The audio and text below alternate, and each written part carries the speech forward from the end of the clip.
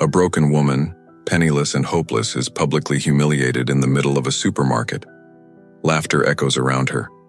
Contemptuous glances pierce her like knives. She feels that God has forgotten her, that her life has no way out.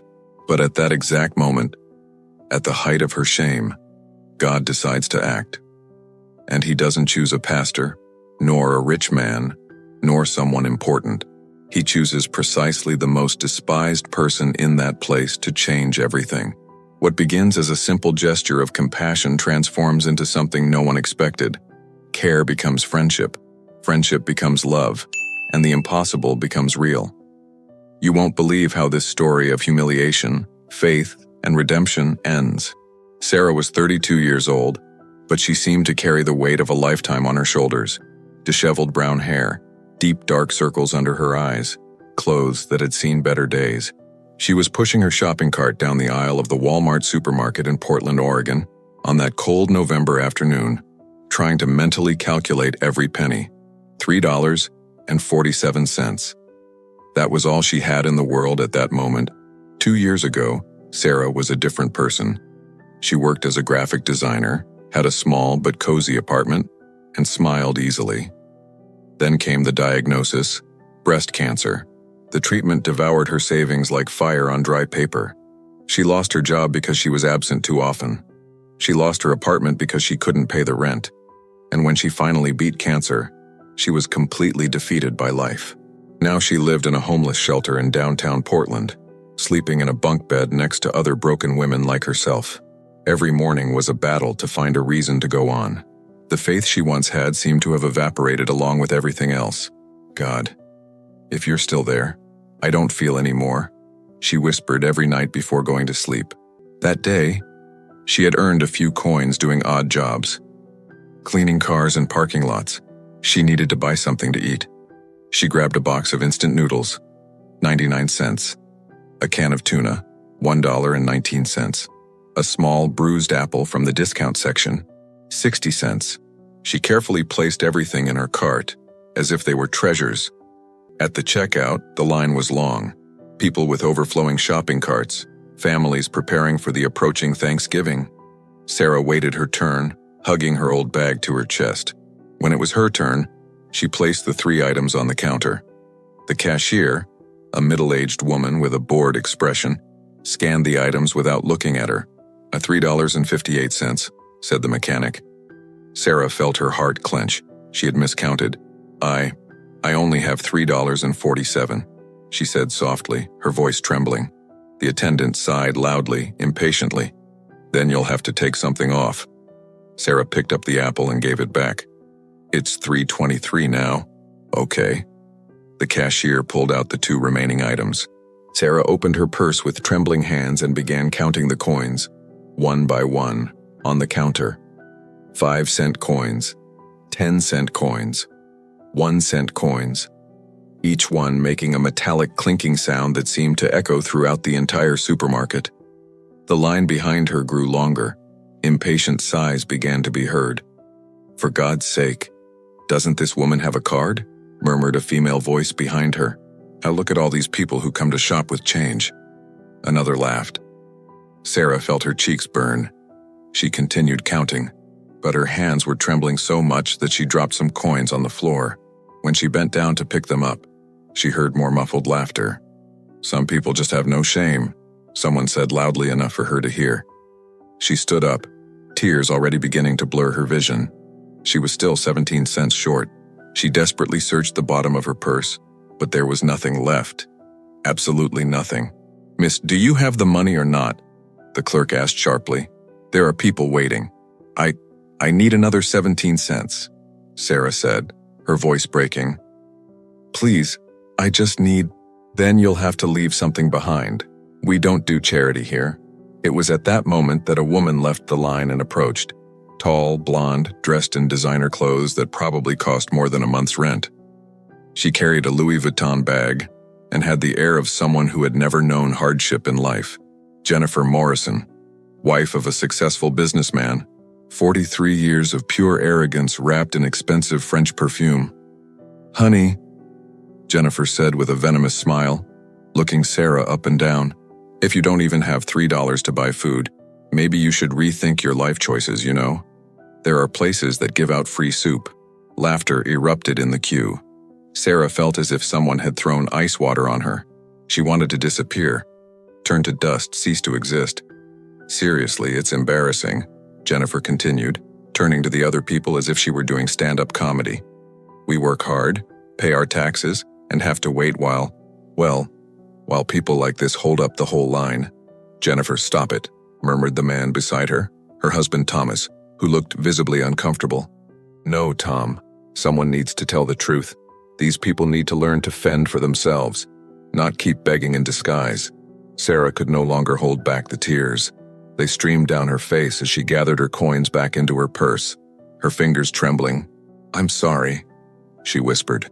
I'm sorry for existing. That's when a hoarse voice cut through the air.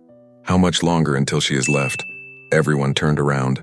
He was a black man, probably in his 50s, thin, with clothes dirty from manual labor. His skin was marked by the sun, his hands calloused, and he wore an old baseball cap. Marcus Thompson, homeless for 5 years, after losing everything in a difficult divorce and a series of bad decisions. He lived by doing odd jobs, sleeping in shelters or under bridges. The guy society had decided was worthless. He was in the checkout line next to mine, with only a bottle of water and a granola bar in his hands. The cashier looked at him with disdain. 17 cents. Marcus walked over to Sarah's cash register. He reached into the pocket of his torn pants and pulled out some coins. He placed 25 cents on the counter, next to Sarah's coins. Done. It's paid for, he said simply. Sarah stared at him, shocked. Jennifer rolled her eyes. Oh, how lovely. The homeless helping each other. I'm even going to take a picture for Instagram, she said sarcastically. Marcus looked at Jennifer with a calmness that cut deeper than anger. Do you feel better now? Humiliating people who are already down, does that help you sleep well at night? Jennifer blushed. How dare you? He's right. The voice came from behind, an elderly lady, white hair, leaning on a cane. You should be ashamed, my daughter. With those expensive clothes and that empty heart. The crowd fell silent. Jennifer, furious and ashamed, grabbed her husband's arm. Let's go.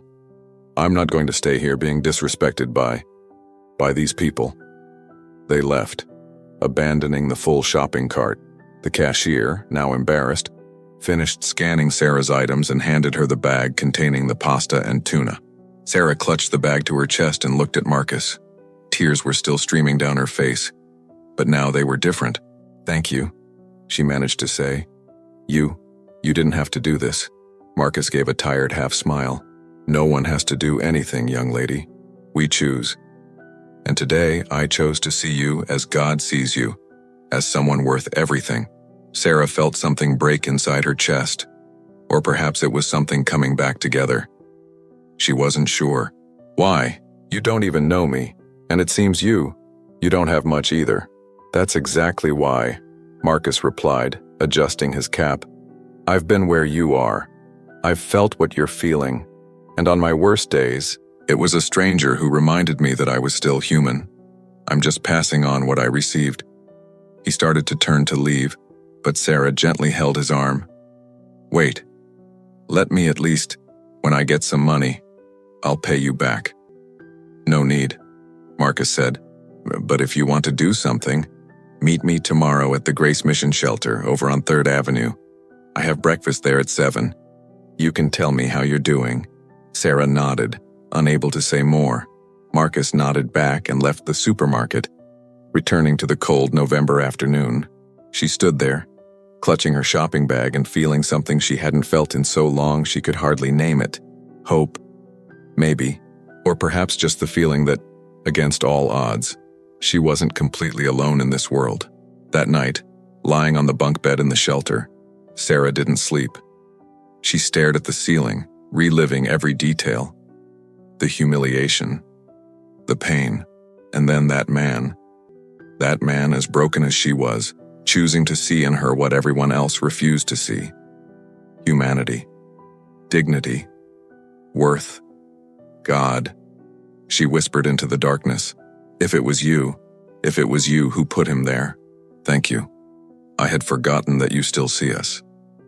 A tear rolled down the side of her face and fell onto the thin pillow. But this time, it wasn't just sadness. It was something more. Something like a tiny point of light beginning to shine in a darkness that seemed eternal. At 7 o'clock the next morning, Sarah was at the door of the Grace Mission Shelter. Grace Mission Shelter was housed in an old red brick building, worn down by time and lack of resources. But inside there was warmth, food, and above all, people who understood what it was like to be at rock bottom. Sarah entered, her heart pounding, searching among the tired faces in the breakfast line. Marcus was sitting at a table in the corner, slowly stirring a cup of weak coffee. When he saw Sarah, he waved and pointed to the empty chair in front of him. She walked over, still unsure, and sat down. "You came," Marcus said with a gentle smile. "I thought you weren't coming." I wanted to thank you again," Sarah replied, looking down. "Yesterday I was so lost. You have no idea what that meant." Marcus took a sip of his coffee. "I know exactly what that meant. Because I've been exactly where you are. And when you're drowning, even a small branch becomes a lifeboat. You know." They were silent for a moment. Sarah fidgeted nervously with her hands. "How did you end up here?" he asked softly.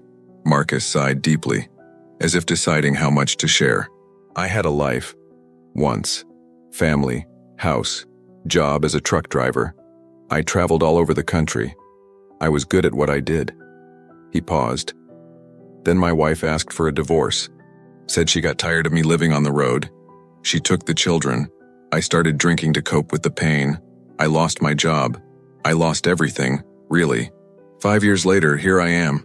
"Do you have children?" Sarah asked gently. "2. Jake and Emma. Jake must be 23 now. Emma, 20. I haven't spoken to them in almost 3 years." His voice broke slightly. "They're ashamed of me, and I don't blame them." Sarah felt tears sting her eyes. "I'm sure they love you. They just don't know how to reach you." Marcus gave a sad smile. "Maybe. Or maybe I've broken that bridge forever." He shook his head as if trying to push the thoughts away. "And you? How did a young woman like you end up here?" And Sarah told her story. She told her about the cancer, about losing everything, about feeling abandoned by God and the world. Marcus listened in silence, nodding occasionally. And when she finished, he said something she would never forget. "Sarah, I'm going to tell you something I've learned in these 5 years on the streets. God doesn't abandon us in the valleys. He goes down into the valley with us. And sometimes, He uses the most broken people to show that He's still there. Because when you have nothing left, it's easier to recognize a miracle." Something stirred within Sarah's chest. She was speechless, so she simply nodded. "Look," Marcus continued, "I know a place that's hiring. A laundromat nearby, run by Donna Rita. She's a good person. She's given me work a few times. She pays little, but she's honest. Do you want me to talk to her?" "Would you do that?" Sarah asked, her eyes wide. "Of course. We all need a chance, right? And you deserve it." 3 days later, Sarah was working at the Sunshine Laundromat, washing, drying, and folding clothes 8 hours a day. The work was tiring. The heat from the machines was stifling, but it was honest work. And for the first time in years, she felt useful again. The owner, Rita, a Latina in her 50s with a strong accent and an even bigger heart, treated Sarah with dignity and respect. Marcus would show up at the laundromat every now and then, bringing small gifts, an apple, a chocolate bar, an old magazine for her to read during breaks. They would talk about everything and nothing, about the weather, about politics, about their past lives. And little by little, those brief encounters became the best part of Sarah's day. A month passed. Then, too, Sarah managed to save enough money to rent a tiny room in a basement with mold on the walls and a window that barely opened. But it was hers, her own space. She cried the first night she slept there. Marcus helped carry her few belongings: a used mattress that Rita had donated, some clothes, an old lamp. When they finished, they sat on the floor of the empty little room, leaning against the wall, and Sarah looked around with tears in her eyes. "It's not much," she said. "It's everything," Marcus replied. "It's a new beginning. It's dignity. It's a place to call your own." Sarah looked at him. "Marcus, I don't know how to thank you for everything you've done. You saved me. Truly." Marcus was quiet for a moment. "You know, Sarah, I've spent the last 5 years hating myself, thinking I was trash, a failure, helping you. It reminded me that I'm still a human being, that I can still make a difference, even being who I am." "You're not what you think you are," Sarah said firmly. "You're the kindest person I've ever met." Marcus looked at her, and for the first time, Sarah saw tears in his eyes. "Thank you," he whispered. The months continued to pass. Sarah was promoted to assistant manager of the laundry. Marcus got a steady job at a landscaping company, mowing lawns and tending to gardens. They met every Sunday for coffee at Grace Mission, where it all began. Those meetings became a tradition, and something was changing between them. It wasn't just friendship anymore. It was something else. Something neither of them dared name, for fear of ruining it. It was one afternoon in March, 6 months after that day at the supermarket, that everything changed. Marcus showed up at the laundromat at the end of the day, nervous, holding something behind his back.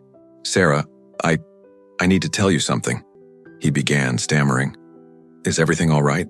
she asked, worried. Okay. It's just that," he pulled a small bouquet of daisies from behind his back. "Cheap, probably bought on the corner, but beautiful. I know this is going to sound crazy. I know I'm not.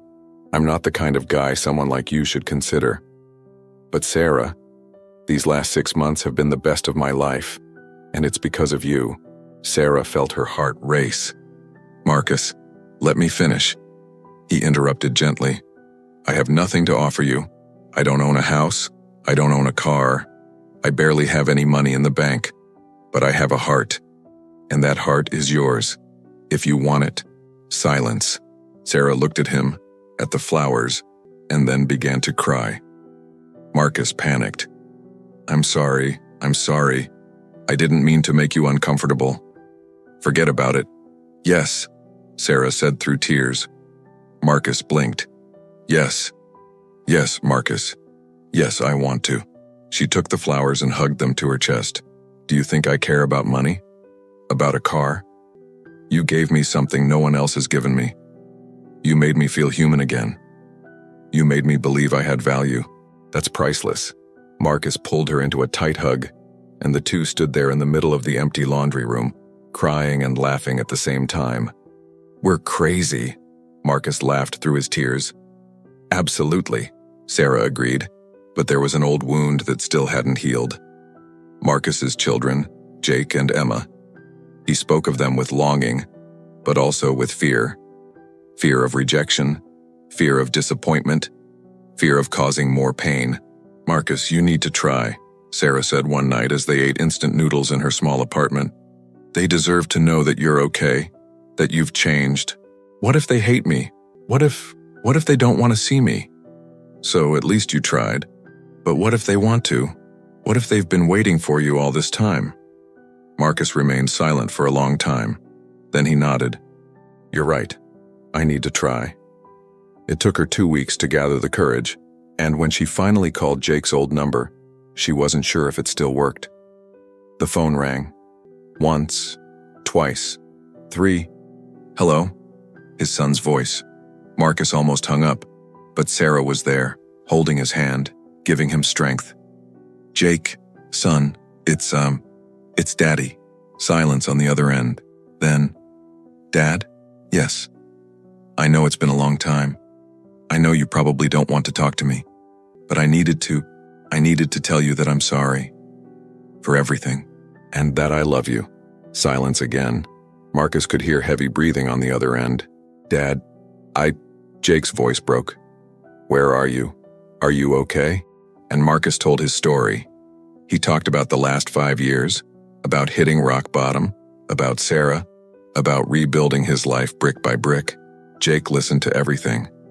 And when Marcus finished, He said something that made Marcus fall to his knees, crying, "Dad, I never stopped loving you. Never. I just didn't know how to find you." 2 weeks later, Jake and Emma traveled to Portland. The reunion took place at Grace Mission Shelter, the place where it all began again. Sarah stood by Marcus's side, holding his hand as he embraced his children for the first time in 3 years. Emma cried uncontrollably. "Dad, I was so afraid you would have." "I know, daughter, I know. But I'm here, and I'm not going to disappear again." Jake looked at Sarah. "And are you the Sarah he talked about on the phone?" She nodded nervously. "Yes." Jake reached out his hand, and as she went to shake it, he pulled her into a hug. "Thank you. Thank you for bringing our father back." Emma was the first to notice. "Wait. You're that woman from the supermarket, the woman that witch humiliated." Sarah blushed, but nodded. "Yes. And Dad was the one who helped you." Emma smiled through her tears. "Of course he was. It's so him." At that moment, Sarah fully understood what had happened. God hadn't sent an angel. He hadn't sent a rich person. He hadn't sent someone perfect. He had sent someone broken, like her. Someone who understood pain. Someone who chose love when the world chose contempt. 6 months after that reunion, Marcus and Sarah's lives had completely changed. They married in a small ceremony at the Grace Mission Shelter, with Jake and Emma as witnesses, surrounded by the same people who had seen them through their worst moments. Mrs. Rita closed the laundromat for an entire day to be there. The shelter's pastor, a 60-year-old black man named Reverend James, conducted the ceremony with tears in his eyes. "This union here," he said, "isn't just about romantic love. It's about redemption. It's about 2 people who met in the ashes and decided to build something new. It's living proof that God doesn't abandon anyone." Sarah wore a simple white dress that Rita had sewn for her. Marcus was in a thrift store suit that Jake had helped him choose. There were no expensive flowers, no fancy buffet, no live band. But there was love. So much love that it seemed to overflow from that small room in the shelter. When Marcus spoke his vows, his voice trembled. "Sarah, you found me when I was worthless in the eyes of the world. And yet you saw me. You truly saw me. I promise to spend the rest of my life showing you that you weren't wrong to believe in me." Sarah wiped away her tears. "Marcus, you saved me when I thought there was no hope left. You reminded me that I was still human, that I still had value. And now, I promise to walk with you, no matter what comes, because we've already survived the worst, and if we've survived the worst, we can do anything together." When Reverend James pronounced them husband and wife, the entire hall erupted in applause and shouts of joy. People who knew exactly what it was like to hit rock bottom, people who had lost everything and were struggling to rebuild, celebrated that victory as if it were their own. Because, in a way, it was. They moved into a small, 1-bedroom apartment, nothing luxurious, but it was theirs. Marcus continued working in landscaping and started taking night classes to become a gardening technician. Sarah was promoted to laundry manager, and Rita began teaching her about running a business. "Who knows? Maybe one day you'll open your own laundry," Rita would say with a smile. Jake visited every month, bringing Emma. They had built a new, more mature relationship. Marcus was no longer the perfect father of their childhood memories, and they were no longer innocent children. But there was something stronger now. There was forgiveness, there was understanding, there was love that had been tested and proven real. But the story doesn't end there, because a year after the wedding, Sarah was working at the laundromat when she heard the doorbell ring. He looked up from the washing machine and froze. It was Jennifer Morrison, the woman who had humiliated her at the supermarket. The woman with the expensive clothes and the empty heart. Only now she was different. Her perfectly styled hair was messy. The expensive clothes had been replaced by something simple. And her eyes were red and swollen from crying. Sarah felt her heart race. Her first reaction was anger, a desire to return every cruel word. But then she remembered something Marcus always said. Hurt people hurt others. We can only break this cycle with love. "Can I help?" Sarah asked calmly. Jennifer looked at her. and it took her a few seconds to recognize her. When she did, she turned even paler. You're that woman from the supermarket." "I am," Sarah replied. Jennifer seemed to want to run away, but she didn't move. I need to do some laundry." Her voice was broken, lacking its former arrogance. Sarah nodded. "Sure. The machines over there in the corner are free." Jennifer walked over to the machines, put the clothes on, and stood there, as if she'd forgotten what to do next. Sarah noticed she was trembling. "Are you okay?" Sarah asked softly. Jennifer let out a bitter laugh. No, I'm not." She looked at Sarah. "You must be happy, right, seeing me like this?" Sarah shook her head. "No. I don't wish ill on anyone." Jennifer sat down in a plastic chair, as if her legs could no longer support her. "My husband left me 3 months ago. He found out I was having an affair. He took everything in the divorce, the house, the cars, the money. I'm living in a tiny apartment, working as a waitress. Me. I've never worked a single day in my life." Sarah sat down next to her. "I'm sorry. You don't need to feel anything for me," Jennifer said, her voice breaking. "I was horrible to you. I said things. God, I said terrible things. And I didn't even have a reason. I just wanted to feel superior to someone." "And how are you feeling now?" Sarah asked gently. Jennifer started to cry. "I feel like you must have felt that day. Small, invisible, like trash." Sarah took Jennifer's hand. The woman looked up, shocked. "Why are you being so kind to me? I don't deserve it." "Because someone was kind to me when I didn't deserve it," Sarah replied. "Someone saw me when the whole world ignored me, and that saved my life. So now it's my turn to pass that on." Jennifer cried harder. "I don't know how to fix my life. I don't even know where to begin." "Start small," Sarah said. "One day at a time, one step at a time. Do you think you can do it?" Jennifer nodded through her tears. I think so." Sarah wrote an address on a piece of paper. "Here, this is the Grace Mission Shelter. They serve breakfast every day at 7. The food is simple, but it's free. And the people there, they understand. They won't judge you." Jennifer took the paper with trembling hands. "Thank you, seriously, thank you." "And Jennifer?" Sarah called as the woman stood up to leave. "God hasn't given up on you, even when you gave up on yourself. He's still there." Jennifer nodded, unable to speak, and left. Sarah sat there thinking about how life turns around, how the woman who had humiliated her was now exactly where she had been, and how, instead of revenge, she had chosen compassion. That night, she told Marcus everything. He hugged her tightly. "You did the right thing. I'm proud of you." "I learned from the best," Sarah said, smiling through her tears. 3 years passed.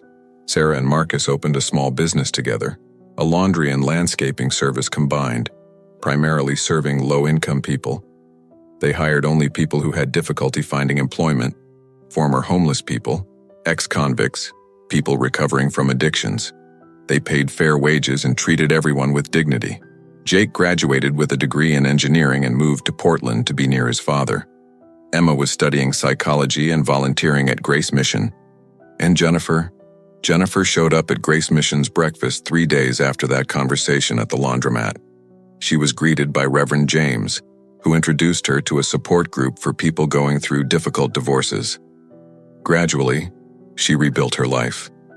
She got a better job, made real friends, and started therapy. And a year later, she showed up at Sarah and Marcus's laundromat asking for a job. "I want to learn," she said. "I want to learn to be a better person. And I think you can teach me that." Sarah looked at Marcus. He gave that gentle smile of his and nodded. "Everyone deserves a second chance," he said. Jennifer worked there for 2 years, learning not only about doing laundry and mowing lawns, but about humility, about service, about loving people without expecting anything in return. And when she finally left to open her own small business, a coffee shop that employed people in recovery, she hugged Sarah and Marcus with tears in her eyes. "You saved my life," she said. Literally. It wasn't us, Marcus replied. It was God. We were just instruments. Today, Sarah is 38 years old. The cancer hasn't returned. She and Marcus are raising an adopted daughter, a 7-year-old girl named Grace, named after the shelter where it all began. They aren't rich. They still struggle with bills from time to time. But they are happy. They are grateful. And every Sunday, after the service at Grace Mission, they serve breakfast to the homeless, always remembering where they came from. And Sarah will never forget that day at the supermarket, that moment of complete humiliation. Because it was there, at rock bottom, that God decided to act. Not through the powerful, not through the rich, but through a broken man with 25 cents in his pocket and a giant heart. A man whom the world had discarded, but whom God chose to change a life forever. Because in the end, that's what matters. It's not how much money you have. It's not what clothes you wear. It's not how much power you wield. It's how much love you choose to give when it would be easier to turn your back. It's seeing humanity where the world only sees invisibility. It's being the hands and feet of God in a world that so desperately needs them. Every time Sarah sees someone struggling, someone counting pennies, someone being humiliated, someone invisible, she stops. She looks into that person's eyes, and she offers them the same thing Marcus offered her that day: dignity, respect, and the silent message that they matter, that they have value, that they are not alone. Because in the end, we are all 25 cents away from a miracle. We are all one act of kindness away from a transformed life. And God always chooses the unlikely to accomplish the impossible. Sarah knows this now, and she lives every day to pass this truth on. In the end, what seemed to be the worst day of Sarah's life became the first day of a completely new life. God hadn't forgotten her. He was just waiting for the perfect moment to act. And when he acted, he chose precisely the one no one saw, the one the world discarded. Because God doesn't measure value the way we do. He sees the heart. And sometimes the most broken hearts are the ones that shine the brightest. If this story touched you in any way, if it reminded you that you also have value, that you also matter, leave a like below. Comment on what you felt, what this story awakened in you, and subscribe to the channel to continue listening to stories that go straight to the heart and make you believe that there is always hope, like this video I'm leaving here for you. Until next time.